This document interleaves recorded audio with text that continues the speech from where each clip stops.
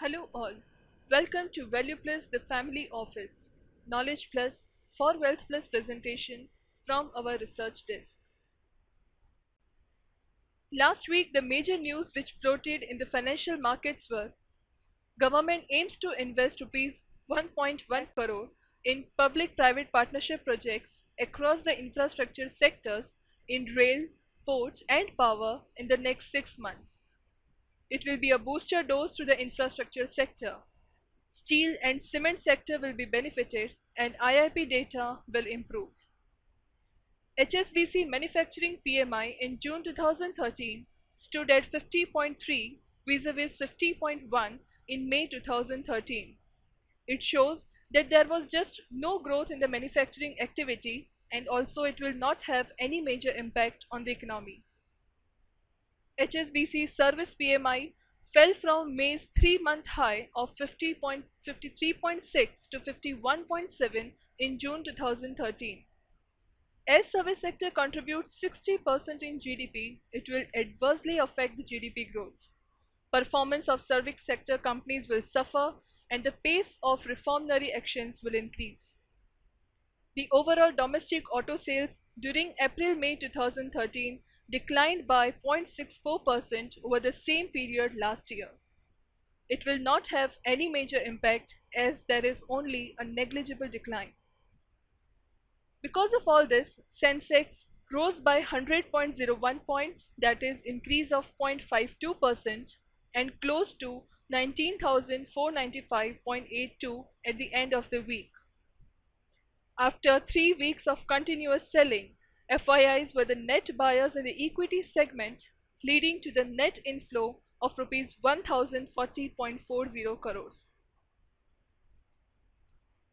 The chart shows the price performance of different asset classes.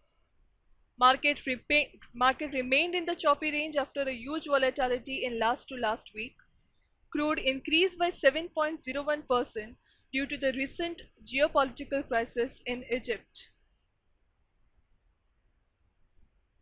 Next week the markets will be eyeing on the results of Infosys, which is to be announced on 12th July 2013.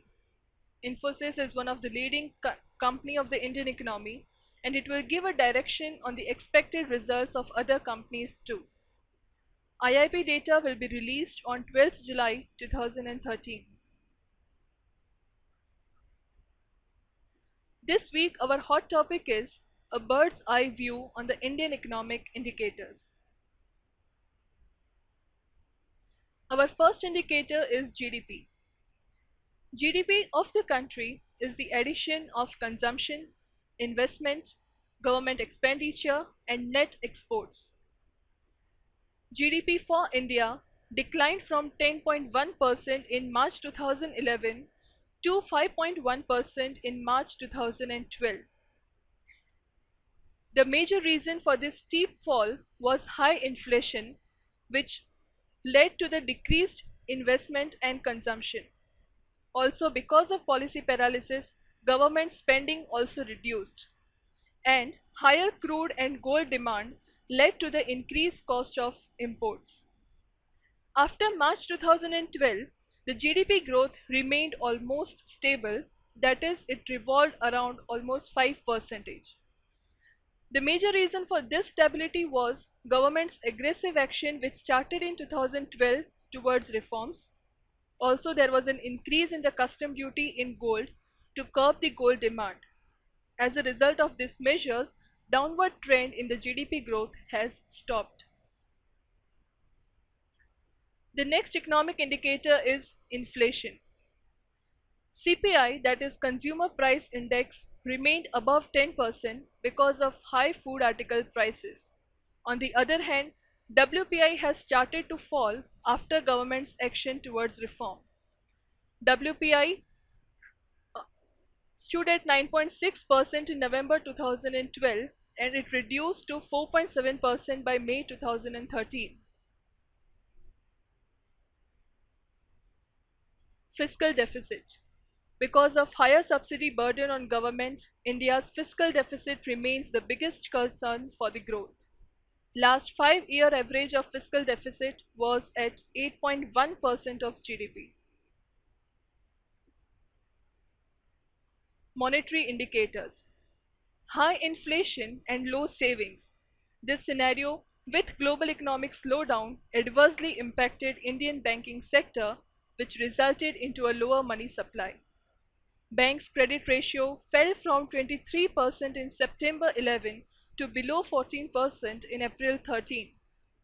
This is very well reflected in the overall fall in the economic activity of the country.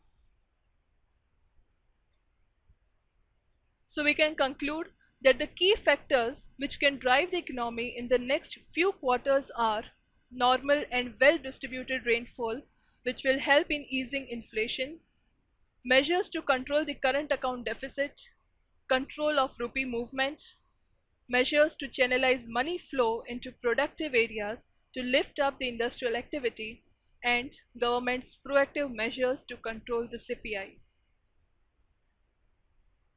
Thank you. Please share your valuable feedback on our email ID info@valueplusinv.com. Thank you once again.